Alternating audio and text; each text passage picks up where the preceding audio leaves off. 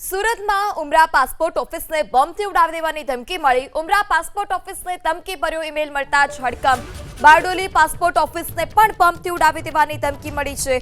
Bomb squad પોલીસની team ઘટના સ્થળ પર પહોંચી ઓફિસને ખાલી કરાવી તપાસનો ધમધમાટ પણ શરૂ કરાયો છે। અગાઉ પણ આ પ્રકારે પાસપોર્ટને બોમ્બથી ઉડાવી દેવાની ધમકી મળી ચૂકી છે, જ્યારે 2 દિવસ અગાઉ સુરત કોર્ટને પણ બોમ્બથી ઉડાવી દેવાની ધમકી મળી હતી। વધુ માહિતી સાથે સંવાદદાતા ચેતન પણ આપણી સાથે લાઈવ જોડાઈ ચૂક્યા છે। જે ચેતન, અત્યાર સુધીની તપાસમાં કોઈ શંકાસ્પદ વસ્તુ મળી છે ખરી?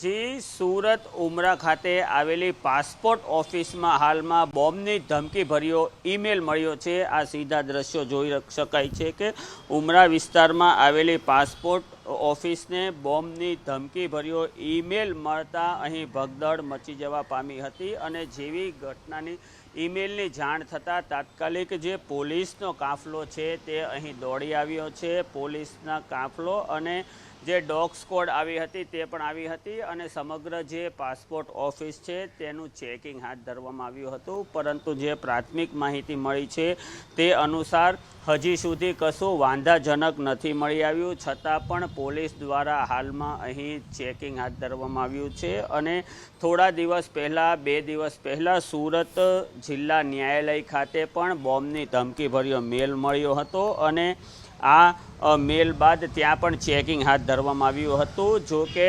છાશવારે જે આવા બોમ્બની ધમકી ભર્યા ઈમેલ કરનાર વિરુદ્ધ પોલીસ દ્વારા કેવી કાર્યવાહી કરવામાં આવે તે પણ એક મોટો સવાલ થઈ રહ્યો છે, કારણ કે સુરતમાં છાશવારે સુરત સહિત ખાસ કરીને ગુજરાતમાં કોર્ટ અને પાસપોર્ટ ઓફિસો સહિતની જે મહત્ત્વની સરકારી કચેરીઓ હોય છે ત્યાં છાશવારે આ જે ધમકી ભર્યા ઈમેલ આવી રહ્યા છે, બોમ્બથી ધમકી ભર્યા જે ઈમેલ આવ્યા બાદમાં હાલમાં અહીં જોઈ શકાય છે કે જે પોલીસની ટીમ પણ અહીં આવી હતી અને તેમના દ્વારા પણ જે ચેકિંગ હાથ ધરવામાં આવ્યું હતું, પરંતુ હજી સુધી વાંધાજનક કશું મળ્યું નથી।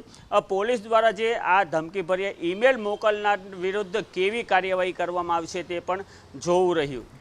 જી ચેતન, માહિતી બદલ આભાર।